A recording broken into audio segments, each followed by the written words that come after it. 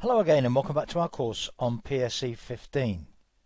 In this section we're going to look at text effects.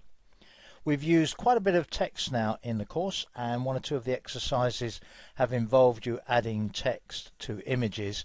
What I now want to do is to go one step further and show you some of the ways in which you can enhance or improve the way that text is presented. I'm going to start with some straightforward effects and styles applied to the text in this exercise 10 answer sort of postcard that I assembled for the City of Durham.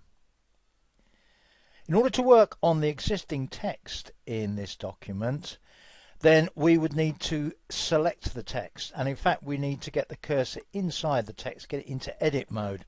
As I mentioned to you earlier on, one way normally of doing this is just to select the layer in the layers panel to begin with. But even if a different layer is selected, such as here, the background copy layer, if I click over the area of the text, I will normally then select the box that contains the text.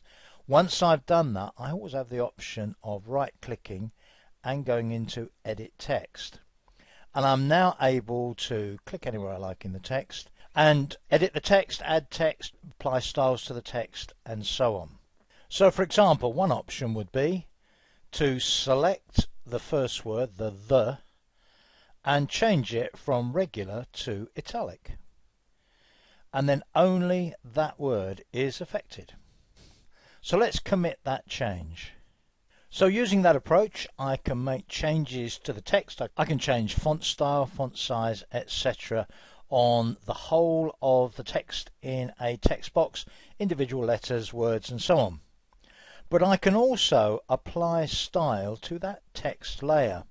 So with the City of Durham text layer selected, let me click on Styles, bring up the Styles panel, and let me try a drop shadow. And let's try again that high drop shadow. Now what we have is drop shadow under the City of Durham text.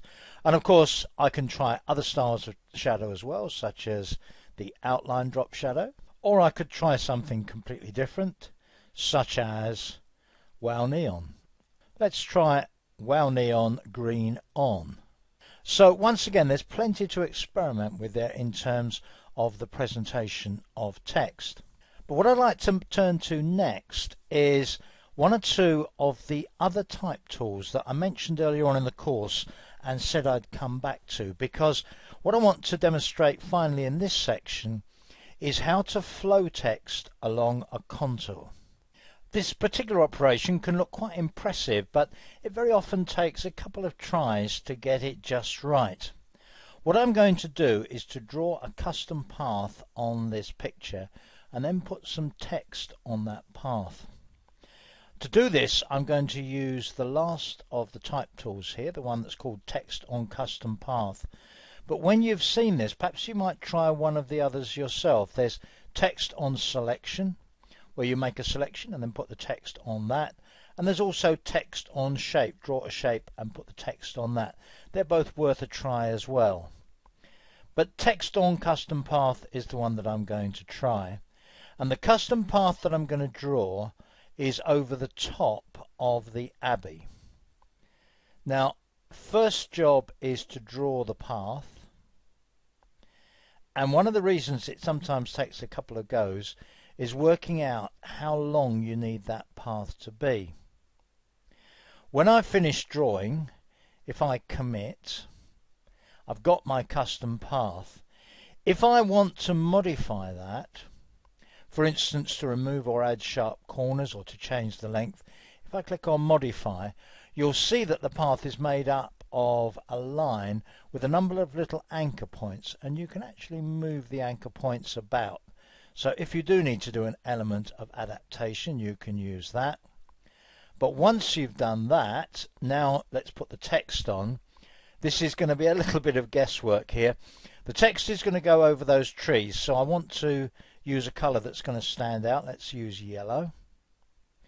And I certainly don't want 100-point text. I think I'll go for, say, 36 points, see if that works. And I've got Century School Book Regular, that's fine. Now what I do is hover somewhere towards the left hand end of the path until I get the familiar text cursor. Now I'm going to type my text, which is the name of this abbey.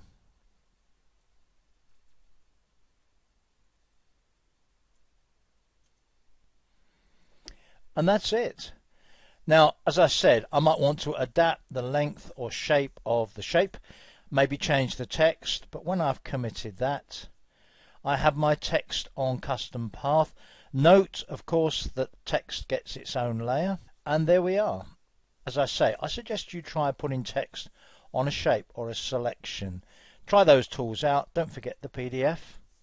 That's the end of this section. I'll see you in the next one.